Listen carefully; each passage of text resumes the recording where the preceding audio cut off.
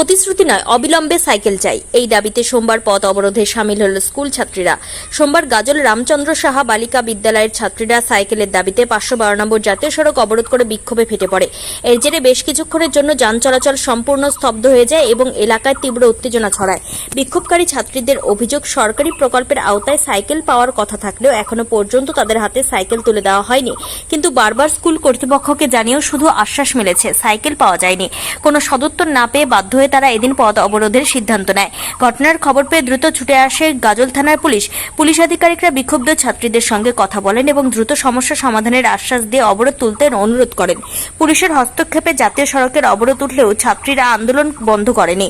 তারা সরাসরি গাজল ব্লক অফিসে গিয়ে পুনরায় বিক্ষোভ প্রদর্শন শুরু করে। ছাত্রীদের সাফ দাবি, কোনো ফাঁকা প্রতিশ্রুতি নয়, অবিলম্বে তাদের হাতে সাইকেল তুলে দিতে হবে।